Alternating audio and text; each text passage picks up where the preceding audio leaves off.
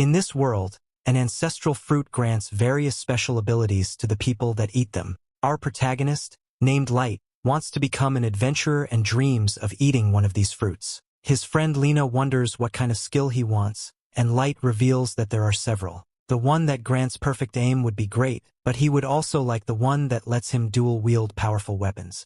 Any combat skill would be good enough for Light, and Lena points out that he has dreamt of becoming an adventurer since he was little. Lena wants a skill as well, but she only wants one that will allow her to have the same job as Light. They agree to become adventurers together, but no one can know what their skill will be until they eat the fruit. The pair finally arrives at the church where they will eat the fruit and Light prepares to begin his new life. However, a while later, we find Light happily picking some berries. This happiness is completely fake, however, as Light angrily thinks about how far he is from his dream of becoming an adventurer. Light is forced to live life as a fruit farmer because of the terrible skill he received after eating the fruit. We go back 3 months to when Light arrived at the church. Several fruit eaters were allowed to pick the fruit they wanted to eat, but there was one rule that they had to obey. This rule says that they may only eat one skill fruit throughout their whole life. This is because eating a second skill fruit would poison them and result in certain death. This is pretty shocking,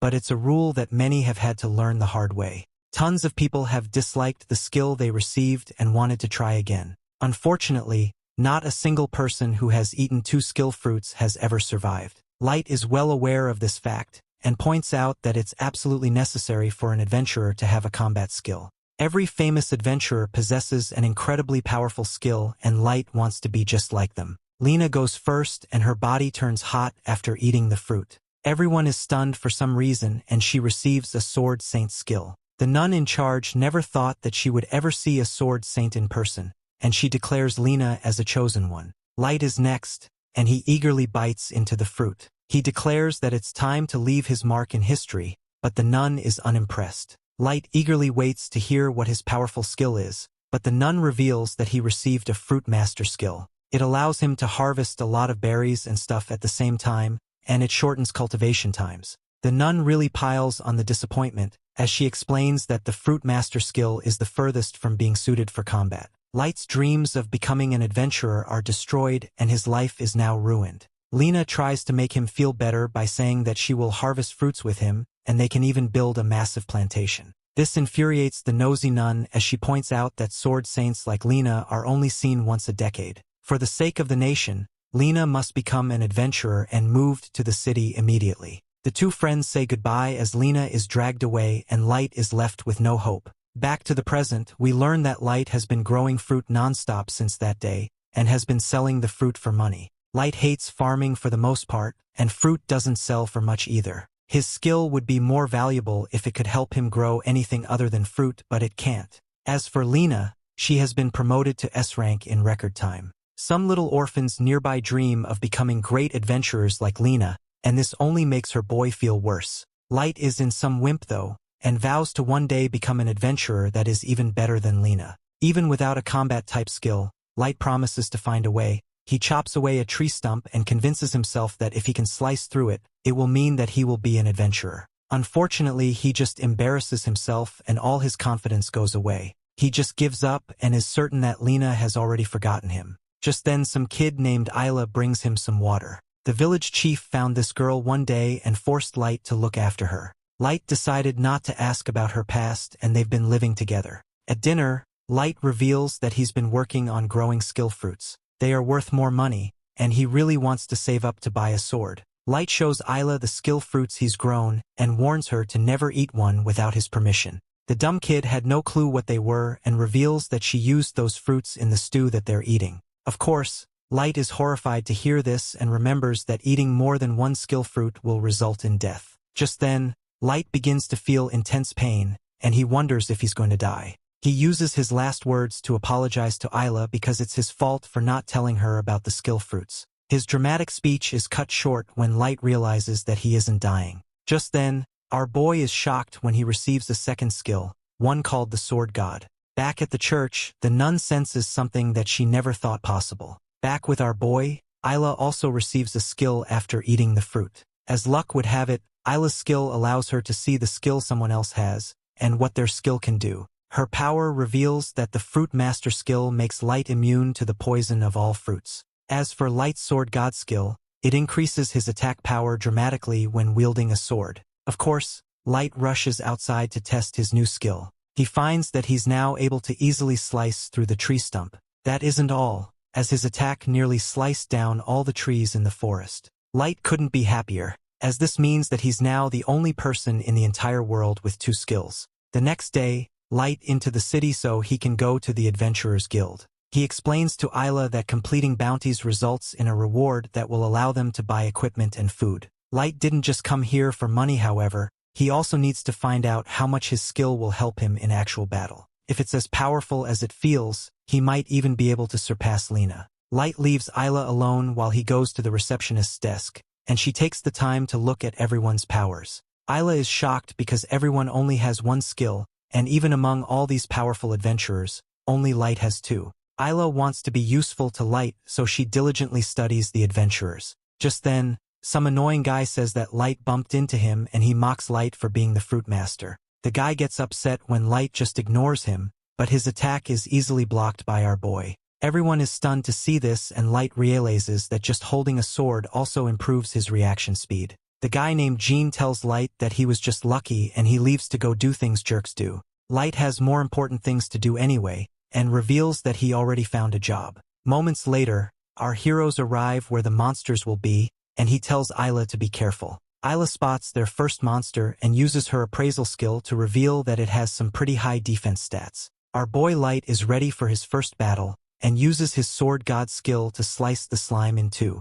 Light amazes himself with how light his sword feels now, but it's clear that he will need to learn how to manage his power. Light plans to cut the slime into pieces so they can sail at the guild, but Isla feels bad for the slime. Light explains that they can buy 10 pizzas with the money, and Isla completely changes her tune. Her love for pizza has her ready to tear the slime to pieces. As they carve it up, Light hears some people screaming in terror. Turns out to be Jean, who's being confronted by a giant ogre. The ogre is incredibly powerful, and the group realizes that they have no chance of surviving. Light calls out to ask if they're okay, but Jean comes up with an evil plan. He starts rushing towards Light to get the ogre to switch targets, and either reveals that ogres aren't usually found in this place. Jean's plan is successful as he escapes, and the ogre sets its eyes on Light. Light has no choice but to fight, but he isn't scared. Defeating this monster would be a great way to start his adventuring career. Light dodges the beast's first attack, and Isla warns him to be careful.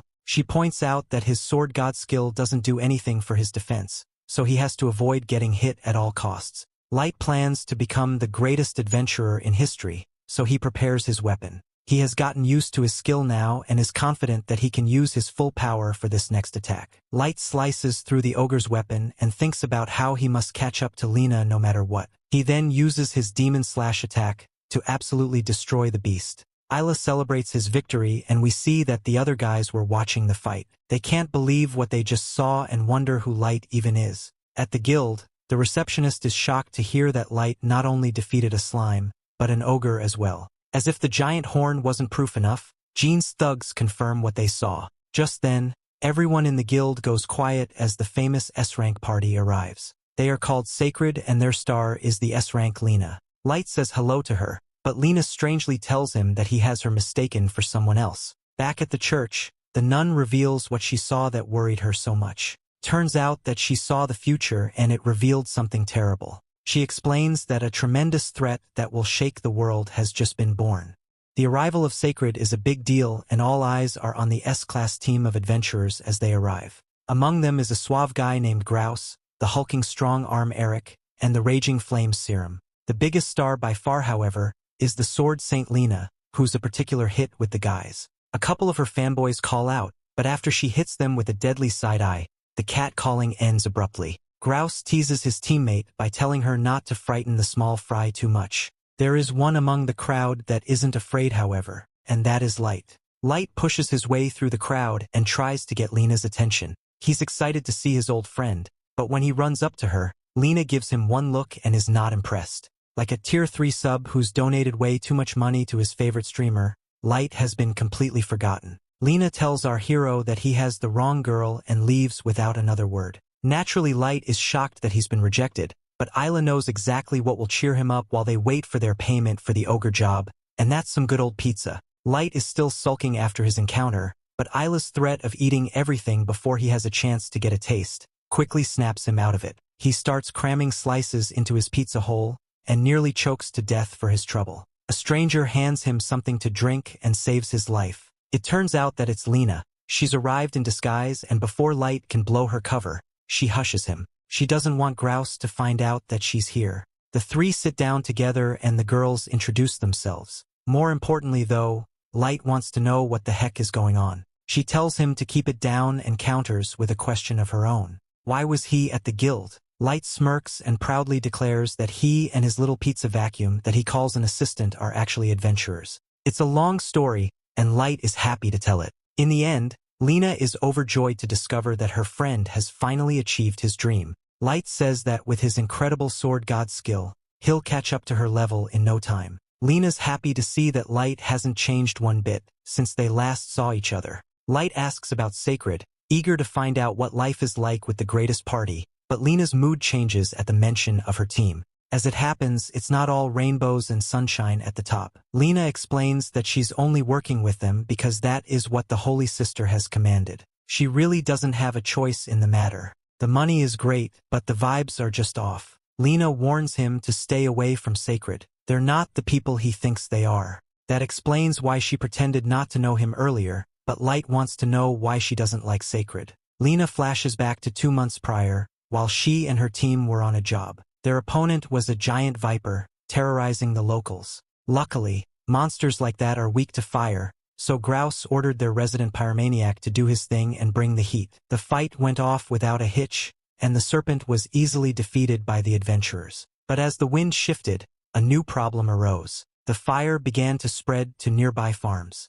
Lena tried to warn the others, but Grouse couldn't care less. When all is said and done, the farm is completely destroyed, and the farmers are ruined. Grouse coldly explains that crops can be regrown but lives cannot. If they hadn't done what they did, then that monster would have hurt who knows how many people. This doesn't sit right with Lena, who goes to complain to the Holy Sister, but as expected, she doesn't care either. She tells Lena that all history will remember is how the great party Sacred defeated an evil monster. As far as the sister is concerned, Lena did a good job, and that's all that matters. Ever since then, the Sword Saint has been troubled by her teammates' callous attitude towards the people they are meant to be serving. Light sees how this has affected his friend and tells her that if she doesn't like her party, she can just join his. Things are never that easy, however, and Lena has to turn down his offer. Light asks if she really wants to stay with Sacred, then why is she crying? Embarrassed, Lena suddenly gets up and leaves in a hurry, leaving Light more worried about his friend than ever.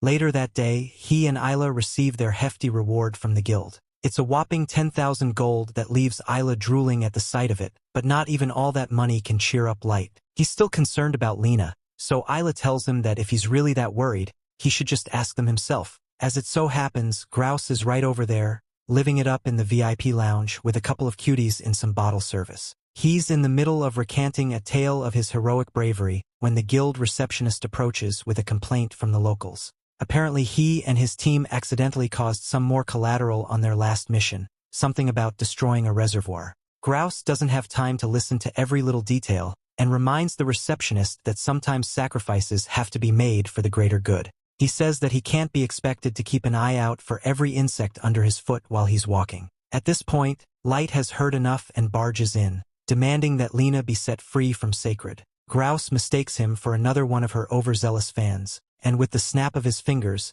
has security throw the rowdy Light out of the lounge. Some other adventurers warn Light that if he messes with Sacred, then he's bound to get in trouble with the Holy Sister, which would mean no work and no pay. Isla is worried about Light, but he tells her that it's all right. He knows what he has to do now. There's just one problem: they might not be able to eat pizza anymore. Back with Sacred, the team is fawning over their latest gift from the Holy Sister, a sweet new axe. Lena, however, is in her own world, thinking about what Light said to her. Making up her mind, she declares that she's leaving Sacred. The others are surprised. Why would anyone want to leave the greatest team of adventurers in the world? But Lena is certain she wants to be a hero she can be proud of, not whatever they are. She makes for the door, but before she can leave, Grouse suddenly stands in her way. He draws his blades and places them against her throat. He says that the audacity to think she could defy him and leave the party is staggering. Lena reaches for her own weapon, but Grouse reminds her that no matter how good she is with that sword, there's nothing she can do to stop him in his power. Realizing that she's beat, Lena stands down. As it turns out, Grouse's power is pretty strong, and it's the power of a strong pimp hand. He gives Lena a hard slap and drops her to the floor, displaying just how much of a psycho he is when he tells her that she and him are going to be heroes together forever. Later on, the people are cheering in the streets, as Sacred depart for their latest job to save the day. Lena meekly follows along, trying to convince herself that the only way she can help people is to stick around. Just then, the team stops when they notice a lone figure standing in their path. Light has returned, and this time he's not leaving until his friend leaves with him. He tells her that he and Isla are off to go fight some monsters. Considering they're complete noobs at this whole adventure business, she should join them and come help. After all, they did promise each other that they become adventurers together. Grouse interrupts, telling Light to get out of the way because they have work to do. In return, Light draws his sword and throws down the challenge. He and Grouse will duel for Lena's freedom. All it takes is calling Grouse a chicken for him to take the bait, and the fight is on right then and there. Before the match begins, Grouse lets Light know that if he loses, he'll be banished from the Adventurers Guild and the Holy City forever. Lena is horrified because she doesn't believe that Light can win, and Grouse agrees. He gives our hero one last chance to give up now. Isla uses her eye Pokédex to reveal Grouse's superhuman speed. To keep things fair, Light thinks about revealing both of his powers as well, but barely gets the word out before Grouse is on him in a flash. The two lock swords as a crowd gathers to watch the duel. Even knowing about it, Light is still surprised by the speed of his opponent. Grouse unleashes a flurry of super-fast strikes that Light just barely manages to fend off. With a dash, Grouse appears behind him, catching Light off guard again and again. As expected of an S-rank, Grouse is no joke. Not even the ogre was this tough. With Lena on the line, Light shows no fear as he charges into attack, but his blow is easily countered, and in the end his sword is broken by Grouse's superior skill. The guy nicknamed Godspeed laughs at the foolish boy, and tells Lena that if she swears complete obedience to him, then he might consider mercy. Light gets back on his feet and tells Lena not to worry, he'll win this. Light's confidence feels like more than just empty words, and Lena walks over to him. Joined by Isla as well, she tells Light that she believes in him and she knows he'll win. Ready for round 2, Light raises his broken blade and tells Grouse to hurry up and bring it. He's got adventuring to do and doesn't have time to waste on the likes of him. Grouse is furious and decides that he'll just have to destroy them all. Light is ready, but the only problem is that he needs a new weapon. Looking around, he spots a man on the sidelines with their broom in his hand. He runs over and asks if he can borrow it for a minute. Seeing his enemy wield a simple broom against him only makes Grouse all the more angry. He can't believe this joke, but Light isn't laughing. With his skill, even a simple broom can become a weapon without equal. All he needs to do is imagine it. Grouse can't take this mockery anymore and launches into another attack, racing forward with lightning speed. Light realizes the reason he can't keep up is because all he's been doing up until now is watching and reacting. Now it's time to be proactive and predict where Grouse will be instead of trying to match his speed. Closing his eyes and focusing his mind, Light waits for the right moment to strike. Just when it looks like Grouse is about to finish the fight, Light chooses his moment and swings. His sword, or rather his broom, finds its mark, cracking across Grouse's face with a satisfying impact and sends him flying. Just like that, Light has swept up the competition and ended the duel with a win. Needless to say, everyone is shocked to see the outcome, including the other members of Sacred.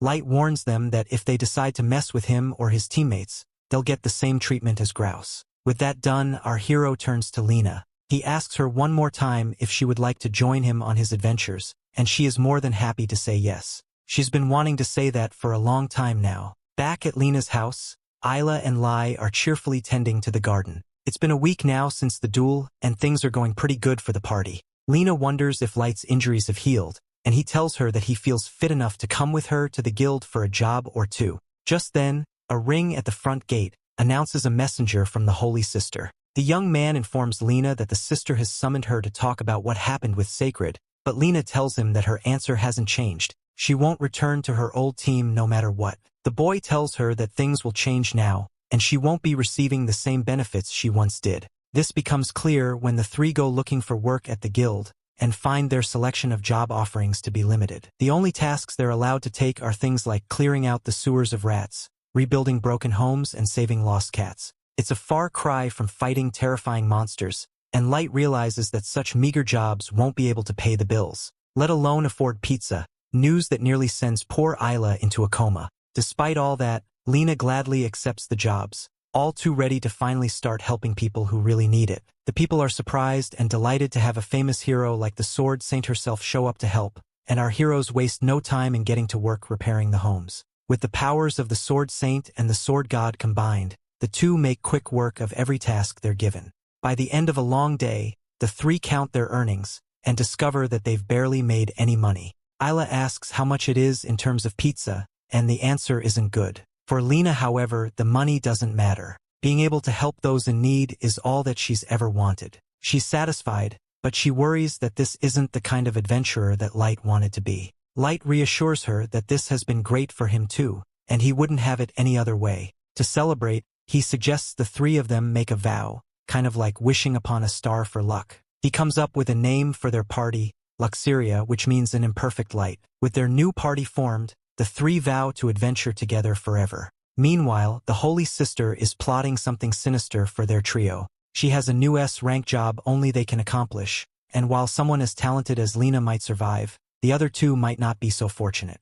The next day, Light, Isla, and Lena happily go to the Adventurers Guild to officially register themselves for the S-rank job after finally being given the chance to do something real, even though the Holy Sister's intentions behind it are malicious. The guild receptionist asks them if they are certain they want to do this, and whether they will be able to handle it. In response, Light claims that their party is strong enough to take on such a mission. The receptionist thanks Light for showing such courage and also tells him to act quickly, as this is a race against time. Lena asks the receptionist about the details of the mission, such as what kind of monster they will have to deal with, but the receptionist claims not to know anything at all. She explains what happened 2 months ago at the Dark Valley. An adventuring party headed there to conduct a monster density survey but never returned, essentially disappearing from existence. To trace them, more adventuring parties were sent, but they too disappeared one after the other. Over these 2 months, a total of 18 adventurers, from ranks A to B, have gone missing, making Light hesitate a bit, as he hadn't expected the mission to be this unpredictable and frightening. Lena takes a look at the list of missing adventurers and recognizes some of them as her mentors, who taught her all the basics when she first started her journey as an adventurer in this town. Nobody knows what is happening on that side, and the only known information is that every single one of the missing adventurers went to the home of the former Count of Montez. The home of the former Count is a haunted-looking manor built 30 years ago by a man who made his fortune adventuring. However, there is no written record of what type of skill the man possessed, and when the Count passed away a few years ago, the manor fell into disrepair without its owner. In any case, the receptionist once again informs Light's group about the completion conditions of this guild quest, telling them that they must find all the missing adventurers listed and determine the cause of their disappearance. After learning everything, Lena becomes certain that the Holy Sister deliberately gave them this job to make them disappear as well. She asks the receptionist why the guild would suggest such a job, which is not even suitable for A and B rank adventurers, let alone newbies like Light and Isla.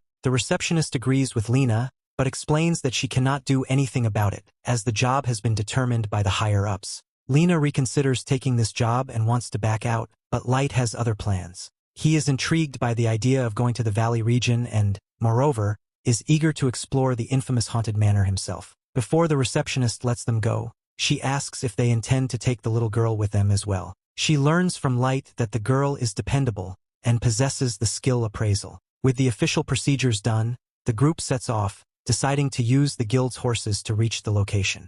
Soon after, they head toward their destination on the guild's horses for their S-rank mission. As they are about to cross a bridge that looks as though it was taken straight out of Hogwarts, the foggy path grows thicker than usual, prompting Isla to become anxious. Light asks Lena if they are anywhere close to the manor, and according to the map, Lena answers that the place should be no more than 50 meters away. Suddenly, the horses refuse to go any further, as though they are scared of something, leaving the group wondering what went wrong. As they look around for any anomalies, they notice a huge castle below the bridge, hidden within the dense fog, making them realize that this castle is the manor they need to investigate. The castle is absolutely massive, and although it resembles Hogwarts in many ways, its dark tone gives it a haunted vibe, seeing no visible road leading toward the manor. The group takes a narrow mountain path, and as they get closer and closer, Light wonders how a mere adventurer made this much money to build a castle, as everyone starts sharing their dreams of what they would do if they got a lot of cash in their bank. Isla, the kid, gets too excited and accidentally falls off the edge, but she doesn't fall alone as she brings both Light and Lena down with her. With his quick thinking, Light slows their momentum by applying air pressure with his sword, and they are able to land on their feet. Unfortunately for them, they are not safe yet, as some creepy-looking monsters surround them from all sides. As Light looks closely at one of these monsters, he realizes that they are zombie versions of the missing adventurers. Isla uses her appraisal skill, determining that they are all undead who possess a curse that can turn all living beings into undead simply by biting them. She also determines that all of these undead still possess the skills of their past selves, meaning that they are going to be dangerous to deal with. Not wanting to harm his fellow adventurers, Light contemplates what he should do, and in this moment of hesitation, he almost gets himself turned into an undead as well. But thankfully, Lena intervenes and saves him, slaying the undead and praying that they rest in peace. She convinces Light that this is the only way to send these poor people to the afterlife, so Light agrees. However, as the numbers start to grow, they decide to ignore the undead for now and head inside the manor, only to find more undead waiting to welcome them. Lena, undeterred, starts slaying all of the undead in her path, and both Light and Isla are in awe, seeing her masterful swordsmanship technique. This makes Light realize that his childhood friend is still several steps ahead of him, and to become her equal, he must put more effort into surpassing her from now on. So, he joins her and starts taking out the monsters, forgetting the fact that he needs to protect the poor, defenseless Isla. As an armored undead approaches Isla, Lena rushes to protect her and strikes the undead precisely at the gaps in its armor, taking it down with one blow. With the obstacles cleared on the first floor, Lena proposes that they head to the second floor. But before doing so, Light asks her how it is that there are more undead here, even though only 18 adventurers were reported missing. Lena thinks for a moment, and comes to the only logical conclusion that some wild undead must have been mixed in with the undead adventurers. Everything is still pretty confusing, and to get to the bottom of all of this mystery, they must venture through the entire manor. So, they take the staircase to the second floor, where they come across a massive painting of the belated count. While Light, Lena, and Isla advance into the second floor, an unknown lady with weirdly long hair dances in the shadows. While waiting for them to arrive at her location, when they get to a creepy passage, they are attacked by zombies. The zombies surround him, leaving him with no chance to think about what is going on. The zombies continue to charge at them, causing them to bunch up. While they are together, Light wonders how some of the zombies came from the shadows, which makes it hard for them to defend themselves. He warns the newbie of the group, Lena, about this and informs her that the zombies could have a mind of their own. Looking down at Isla, he seeks to know what her appraisal is telling her. Using this skill, she finds out that the zombies have been tamed. Hearing this, Light realizes that someone is controlling the zombies. Looking around, he finds some thin Spider-Man webs leading to a dark hallway. Seeing this, Isla uses her appraisal skills and finds out that the threats are being used to transmit magic to the zombies. At this moment, Light figures that the zombies' master would be there. Immediately, he urges them to charge past the monsters and head straight for the dark hallway. Eventually, they arrived at the end of the hallway, where a large door stood. Ready to take on the monster, Light opens the door. In a shocking turn of events, they are disappointed to find a completely empty room. While he wonders where the hell this is, Lena informs them that this is a ballroom. Hearing this, the idiot immediately thinks about sports. Give the man a break. He just loves his sports. Ignoring the empty brain, Lena reveals that it is a ballroom for dancing. While she answers the dummy, the zombie master, or would I say mistress, arrives. She happens to be the woman from before who was dancing in the shadows. She welcomes them and claims that she has been waiting for them for a long time. Feeling some main character energy running through his stupid veins, Light seeks to know who she is. Without wasting much time, she reveals herself from the shadows to tell them that she is Dreamt, a member of an evil party called Black Swan. Seeing her, the pervy psycho is pleased to meet her. However, he doesn't think she looks like a survivor, and thinks she would be an easy kill. This fool should really learn not to judge a book by its cover. Speaking of covers, Light's pathetic ego is on the verge of being closed when he finds himself surrounded by many zombies. Using her appraisal skills, Isla immediately figures that Dreamt is a necromancer, with the power to control lifeless bodies and spirit-type monsters. She also possesses the peer to use the skills of the monsters. When Dreamt notices that her powers have been exposed, She takes a moment to imagine how it would feel to cut the mouth off this little nagging parrot. Meanwhile, Light figures that this could be a hard fight and tries to avoid it by trying to convince her to join them, since she was sent here on a job from the Adventurers Guild. Shockingly, she reveals that her job is to take his sorry life. Without wasting much time, she sends some zombies at him from above, but he swiftly cuts them in two. He seeks to know who sent her to isekai him, but she chooses to keep that a secret. While preparing to be attacked, Light inquires about the Black Swan from Lena, who claims she has never heard of them, or about anyone with necromancer skills like her. Tired of their nagging, Dreamt switches to an all-out attack, which she watches in amazement. While the monsters come at them, they cut them in two one after another. While the two fight the zombies, Dreamt figures that they are stronger together and makes her zombies attack them separately. She sends the corpse of her dead friends, Brock and Shira, to her. Seeing this, she is moved with emotions and stands still. When Isla sees her this way, she reminds her that the zombies have skills that could make it hard to defeat them. Bork has sharp claws and Shira has the ability to mirror herself during attacks. Can someone tell this sentimental dummy that she is about to be a zombie dinner? Watching Isla inform Lena about this makes Dreamt very angry. She decides to put an end to this chatterbox once and for all by sending some zombies her way. Fortunately for the little girl, Light sees them and immediately comes to her rescue. He holds on to her while defending the attacks of the zombies. Even with the zombies' continuous attacks, Light remains keen on protecting Isla. While he has a hard time doing this, Lena struggles with fighting her old friends. She continues to dodge their attacks, not wanting to harm them. Shortly after, she is reminded of how nice they were to her when she first came to the Holy City. This causes her to result in giving them a befitting farewell. Before doing this, she decides to cut the thread controlling them. Swiftly, she charges at them, and is able to do so before finishing them off, so they can pass in peacefully. With her old friends gone, she turns around to find Light and Isla, who are still occupied in the fight against the zombies. On the other hand, after fighting many zombies off, Light seems very exhausted. He figured it would be hard to fight the zombies and protect Isla at the same time. Wow, he's really just figuring that out. Just then, a thought comes to his mind that makes him wonder if necromancy could create zombies. To answer this question, Isla uses her appraisal once again on Dreamt to realize that she only has the power to control the zombies. This leaves him wondering where the zombies came from. Just as Isla was about to use her appraisal to find answers to his questions, Dreamt senses that they are getting closer to finding her secret. She sends some zombies to attack Isla, but they are cut down by Light. Before they could do her any harm, he asks her to climb his back and hold on tight, while he fights off the zombies and reunites them with their real master in the underworld.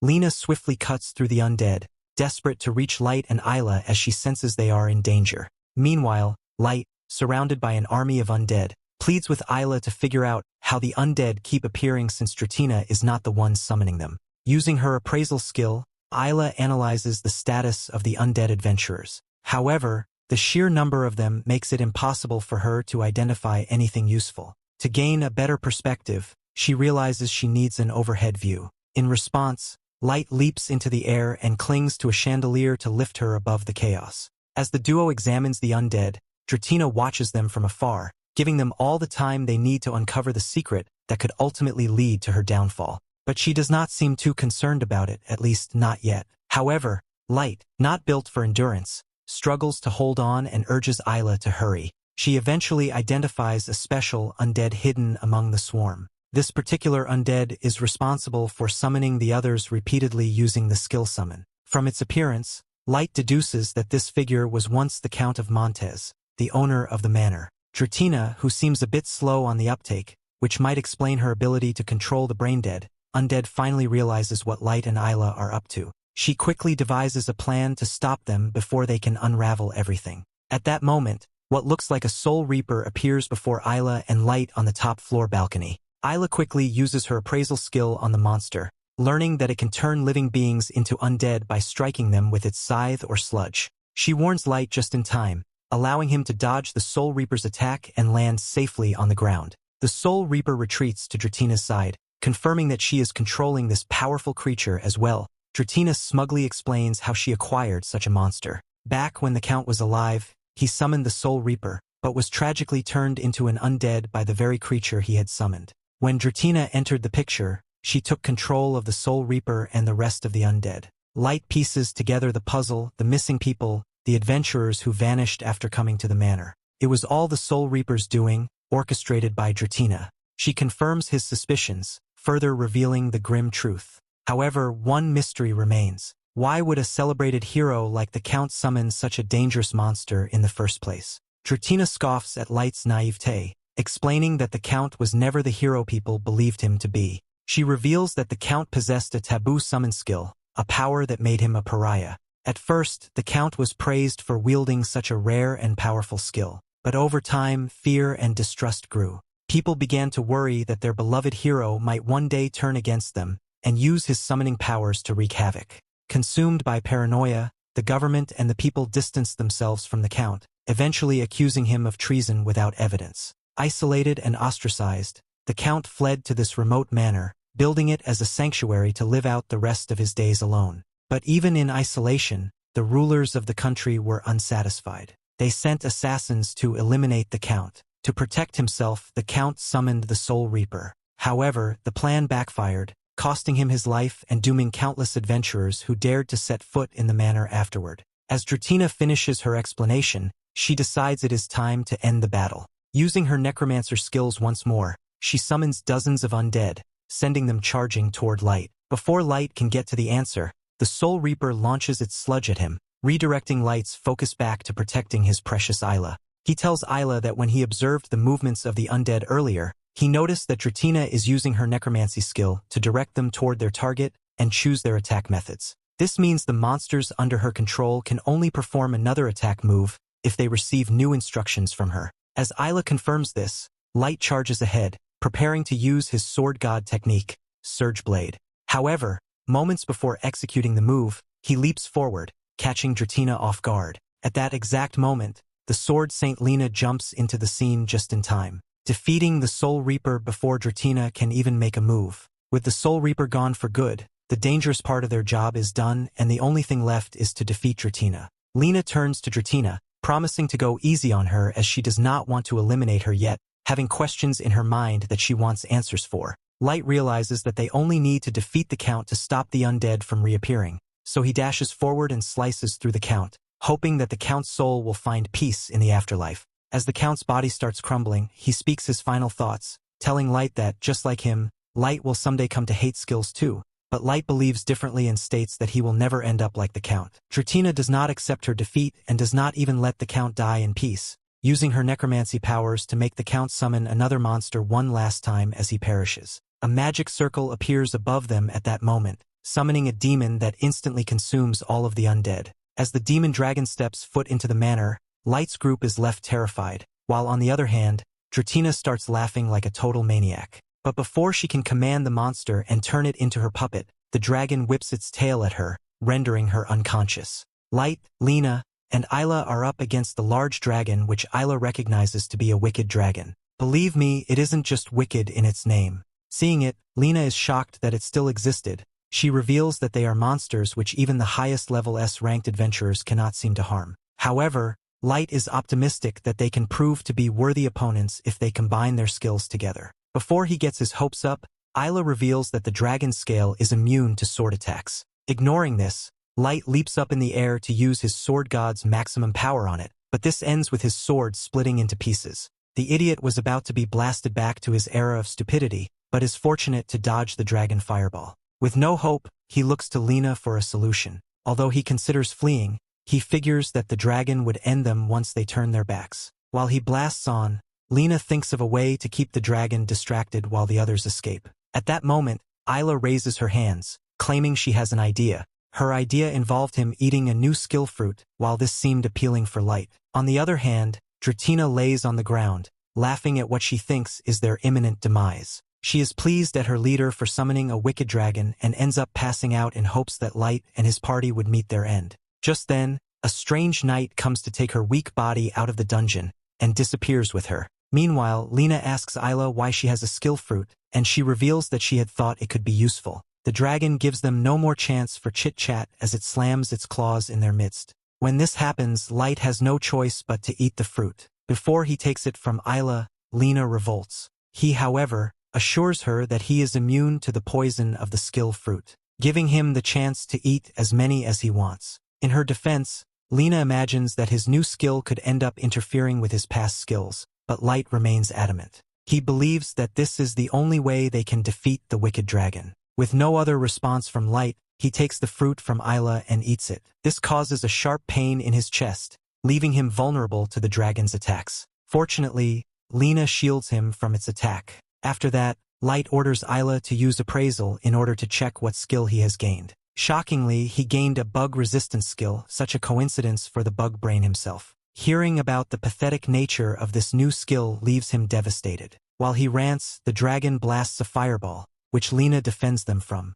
However, since she isn't a foolish weakling like him, she remains standing and continues to go up against the dragon. This allows him to try other fruits to find a skill strong enough to fight the dragon with. This time he eats 2 fruits at the same time, hoping to waste no more time. As expected, the idiot got 2 more pathetic skills, Cat Charmer and Weapon Durability Boost. As much as the second skill would have been valuable since it prevents his weapon from breaking. The bum had already broken his sword in his first attempt at cutting the dragon. Also, eating the 2 fruits at once leaves a bad effect on him. Amidst this, he decides to take 1 more fruit and hopes that this would be the deal breaker. Meanwhile, Lena combines to fight the dragon. She leaps up in the air to slice the dragon, but ends up breaking her sword like her partner in stupidity. Light did. Tired of her disturbance, the dragon uses its tail to slam her to the wall. Sensing that Lena is now in trouble, Light hurriedly bites the fruit and sees his hands glowing. Meanwhile, the dragon approaches Lena to finish her off. He is about to land the final blow when Light throws a stone at it to gain its attention. Just then, Isla runs to her to help her up. She reveals that Light has just gained a sleep pixie in his hands. This has the power to put any creature who inhales its scale to sleep. Without wasting much time, Light throws the sleep pixie at the dragon and it begins to release its scales. This leaves the dragon fighting to stay awake. Apparently, this had no effect on the dragon. To make it work better, Light picks up a piece of his broken sword and attempts to activate Sword God with it. He throws it at the roof to destroy it and takes advantage of the falling rubble to jump up in the air. Just then, he lands on the face of the dragon and unleashes the full power of the sleep pixie on the dragon, so it won't be able to avoid its effect. This causes the dragon to pass out, so much for the macho dragon. After this, they hurriedly run out of the dungeon while the entire place crumbles to the ground. This victory leaves them satisfied, and Light asks that they return home to collect their reward and have a good meal. All the idiot could think about is food. That night, they rode back home on their horses as fast as they could. When they get to the gate, the guards recognize Lena immediately, and she orders them to open the gates. Hurriedly, they did as she said. When they open the gates, the lights from the city come shining through, and Isla is amazed at this. At this moment, Light commends Isla for helping them out back in the dungeon. Just as he turns around to thank Lena, he falls off his horse, passing out. This leaves the 2 girls incredibly worried. And with that, we have come to the end of this part. Stay tuned for next part. Don't forget to subscribe to the channel and activate the notification bell to receive all the latest updates.